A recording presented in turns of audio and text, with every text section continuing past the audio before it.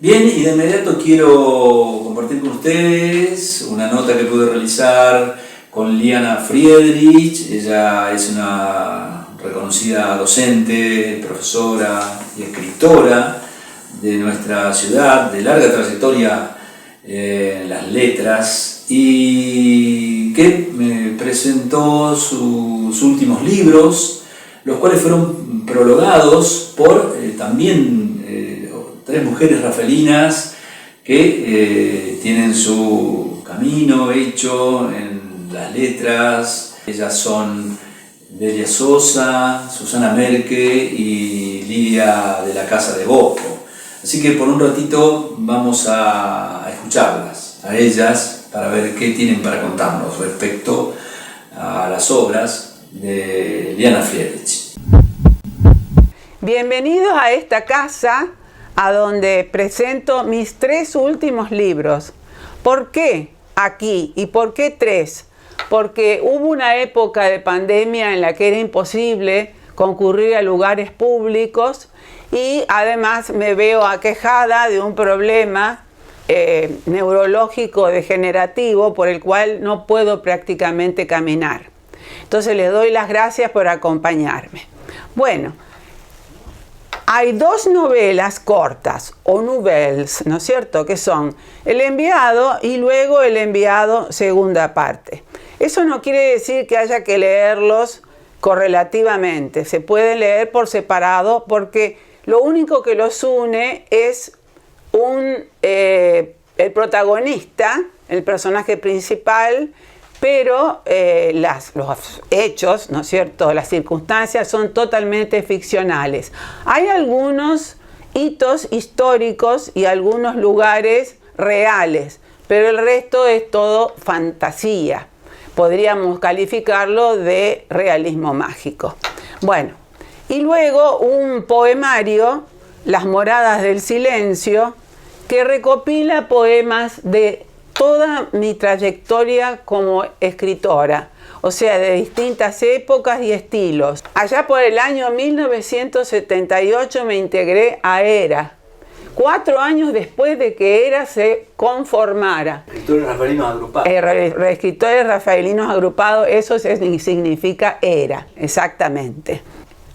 Hay 3 escritoras, a la vez también profesoras, que han prologado los distintos libros.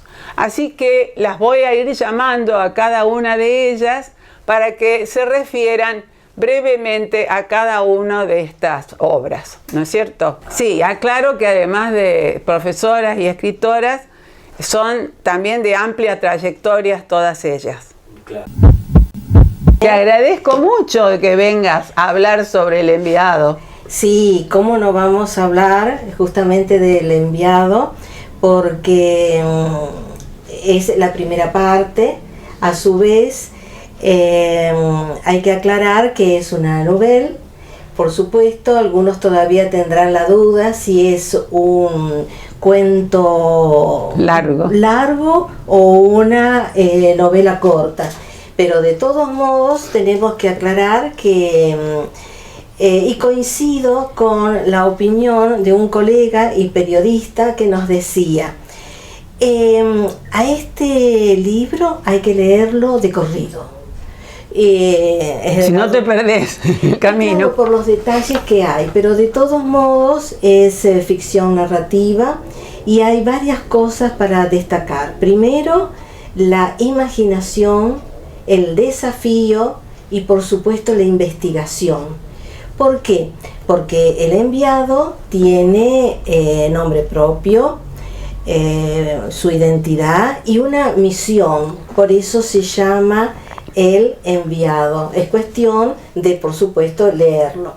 Pero hay 2 o 3 detalles para prestar atención. Primero, es una especie de viaje hacia la vida, hacia la mística. El lector se puede encontrar con un viaje que puede o dejarse llevar por la aventura o también ubicarse en el contexto y por allí asustarse un poquito. ¿Por qué digo esto? Porque al principio parece algo sencillo, pero no es tal. Cuando yo digo investigación es porque justamente hay un vocabulario preparado, un vocabulario que para nosotras, y esto sí, es algo muy personal que lo siento, las lectoras, las seguidoras de toda la producción de Liana ya estamos acostumbrados a este vocabulario. Digo así porque es tanta su producción, los premios, toda su trayectoria, que tanto no nos sorprende, pero para los lectores sí. Este es un, vamos a decir, un libro donde realmente es para un público selecto, para adultos. ¿Y por qué digo esto? Porque justamente por el léxico que Liana utiliza. Yo además quiero decir que ella se toma el gusto de jugar y juega con los personajes también. ¿Por qué? Porque se enfrentan al bien y al mal, a la vida y a la muerte. Juega con la dimensión temporal, es decir, presente, pasado y futuro, que no es fácil, porque el pasado puede ser, el presente más o menos, pero el futuro es otra cosa. Y también juega con los opuestos, con los extremos, como por ejemplo hablar de la vida y la muerte, el ocultismo, esoterismo, mitología y mística y gemología. O sea que sí, hay gemología también. Es un poco sorpresa. Y también se ha dado el gusto de, vamos a decir, comunicarse intertextualmente con Jorge Luis Borges. ¿Por qué? Porque justamente él, con mucha delicadeza, se asoma, espía a través de los espejos. Cuando hablamos de Borges y hablamos de los espejos, no es novedad para los que son amantes de las letras. Exacto. Y de la lectura. Y por último, si él me permite el tiempo, decir que hay que leerlo despacito, con profundidad, pero no dejar escapar detalles. ¿Y por qué? Porque a su vez, cuando hablo de la mística y de esoterismo y etcétera, etcétera, es porque también se recuperan, vamos a decir, personajes o seres fabulosos, mitológicos, que están, por supuesto, ubicados, o nosotros los lectores, donde los descubrimos en la historia universal. Claro, hay hechos históricos y lugares históricos reales. Exacto.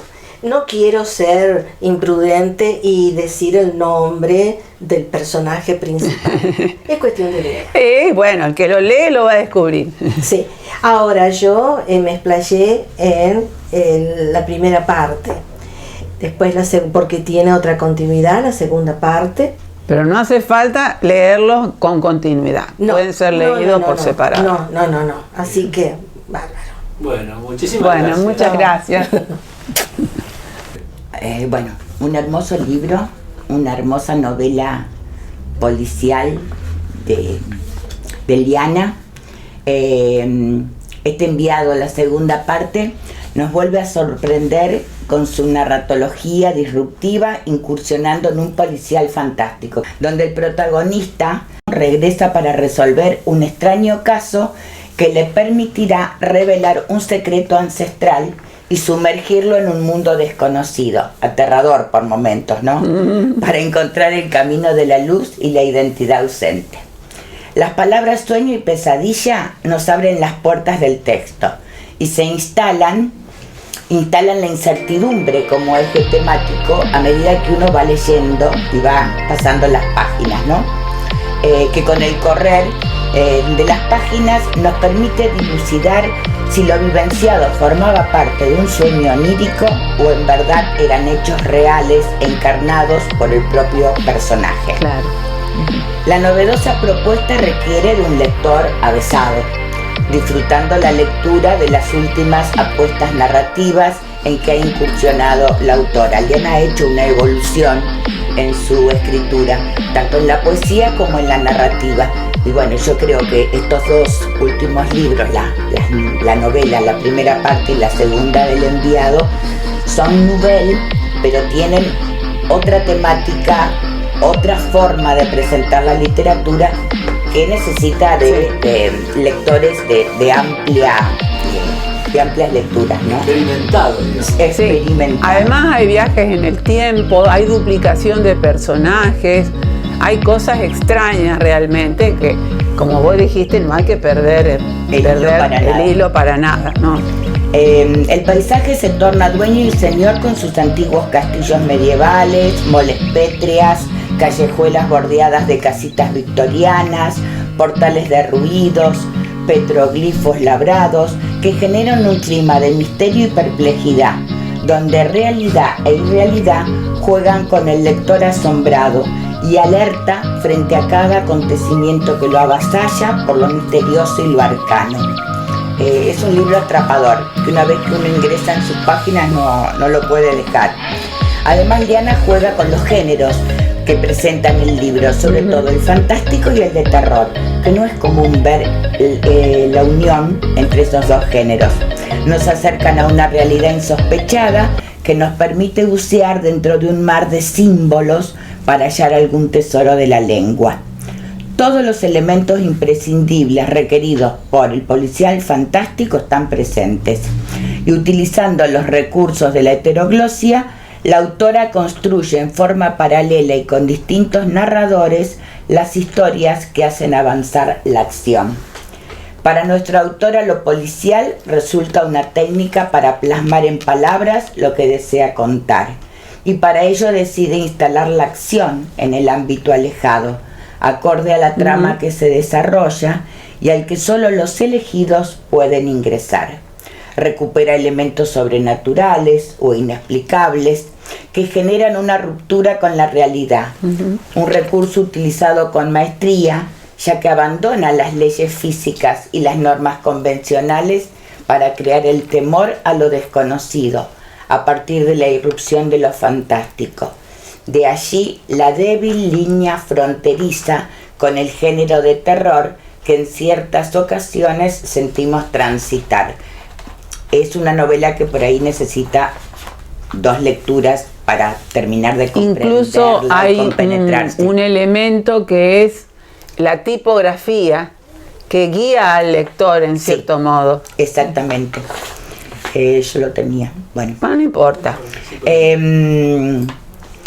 Recomendamos la novela de nuestra querida escritora Rafaelina para los amantes de otra vertiente alternativa de la literatura tradicional a la que estamos acostumbrados a incursionar.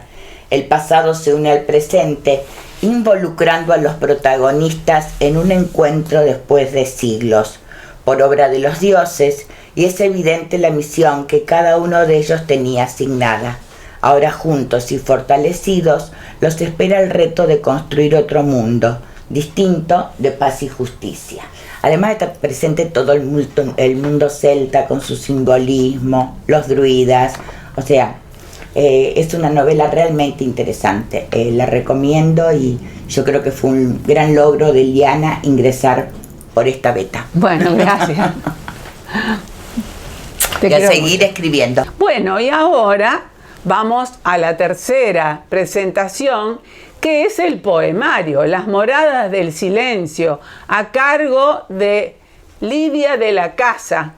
Puedo decir que ese poemario invita a emprender un viaje, cuya trayectoria está sugerida por un título más que inquietante, Las Moradas del Silencio. Y quienes se dispongan a penetrar en esas moradas deben estar dispuestos a sumergirse en una dimensión simbólica, donde reina desde el comienzo, como el título lo señala, la ausencia de voces. en un devenir que va a conducir al hombre hasta la redención del pecado capital. Son 14 poemas que componen cada una de las 3 partes del libro, en el cual los números elegidos y las citas bíblicas, así como los epígrafes introductorios de cada etapa, que están tomados de la Divina Comedia de Dante, sumergen al lector en una atmósfera espiritual que impregna ese devenir propuesto por la autora, que consiste en la liberación del caos original y el ascenso de purificación en busca de la plenitud del ser. El viaje se inicia en el silencio tenebroso del infierno. En realidad es la metáfora del submundo en el que el hombre, incluso el hombre actual, está inmerso, dominado por el pecado, por la traición, por la corrupción. La necesidad de una expiación que implica cargar la cruz de Cristo lleva a la búsqueda de purificación en el paraíso y obligan a penetrar en ese tránsito que va hacia la plenitud del ser. Ese caminar hacia el Dios vivo hace posible la liberación hacia la morada definitiva, que es el cielo. La palabra poética se torna entonces luminosa al describir ese viaje de retorno a la fe. Aquí Liana introduce las trovas por la paz, que enriquecen la visión del paraíso, que hoy es un paraíso reconquistado por el hombre. La autora asume la tarea de abordar literariamente esa deriva azarosa del hombre, desde las tinieblas del caos infernal hacia la luz, que lo devuelve a la armonía espiritual. Aquí está la virtud de la autora, ¿no? La virtud de la palabra poética, de la palabra estética, con una cuidada selección de los versos, de la cadencia y una perfecta estructura en consonancia con aquello que se dice. Todo el libro, de elevada construcción estética, describe al lector un itinerario que lo induce además a la reflexión, o a una reflexión profunda acerca del sentido de la vida, del grito lacerante del silencio en el que se hunden las almas prisioneras del pecado, hasta la recuperación del canto definitivo y jubiloso encarnado en el Espíritu Santo. Bueno, la tapa del libro, ustedes hablaron ya tal vez. No, lo vamos a decir, sino ahora, lo referido a las tapas. Bueno, perfectamente. Yo agradezco a la autora haber podido realizar una lectura profunda de este libro y el prólogo del mismo, porque es realmente una visión del mundo actual a través de una dimensión absolutamente poética. Por lo tanto, muchísimas gracias. Bueno, no, a vos, gracias. No. Por tus palabras. Bueno, con respecto a las tapas, el primer enviado, lleva como tapa una obra del escritor y fotógrafo artístico Carlos Antoniazzi, escritor santafesino sumamente renombrado. Esta ya no la extraje de un folleto turístico, justamente del antiguo castillo Wordsworth, donde transcurre parte de esta odisea, digamos, del personaje. Y esta corresponde a una obra plástica de quien estuvo hablando antes, de Delia Sosa, que es un collage, ¿no es cierto? Bueno, el lector cuando lo tenga en sus manos y lo mire bien de cerca, va a notar que aquí hay todo un cruce de cosas mundanas, pero que poco a poco va ascendiendo hacia un cielo a donde podemos divisar entre las nubes angelitos y seres fabulosos dentro de la mitología. Y para mí resultó, además de recopilar textos de toda mi época, me di cuenta de toda la época que transcurrió como escritora, ¿no? Como un ejercicio de elevación espiritual. Y realmente, como vos dijiste, agrupándolos, según está la Divina Comedia, en 3 partes, como la de Dante Alighieri, pero con un sentido más terrenal, más actual. Claro, más actual, porque aparentemente uno se encuentra con un texto en el que parece proponerse al lector una lectura compleja, de una estructura bíblica, simbólica, Sí. y en realidad justamente se trata del hombre actual enfrentado a un infierno que es la vida en la tierra en este momento, Sí. y a una purificación a través del purgatorio para llegar a la vida plena, que es la del cielo. Incluso en este enviado, el primero, hay también hechos que tienen que ver con la época pandémica, es decir, donde habla de el desequilibrio ambiental que trae tantos problemas ecológicos, humanos, sociales. Entonces es una visión también terrenal desde el momento que estamos viviendo, aparte de toda la fantasía que pueda haber. Bueno, agradecemos a todos los que nos están viendo por la presencia virtual de ustedes, por habernos acompañado en este momento tan grato. Y bueno, no nos queda más que despedirnos. Seguramente. Bueno.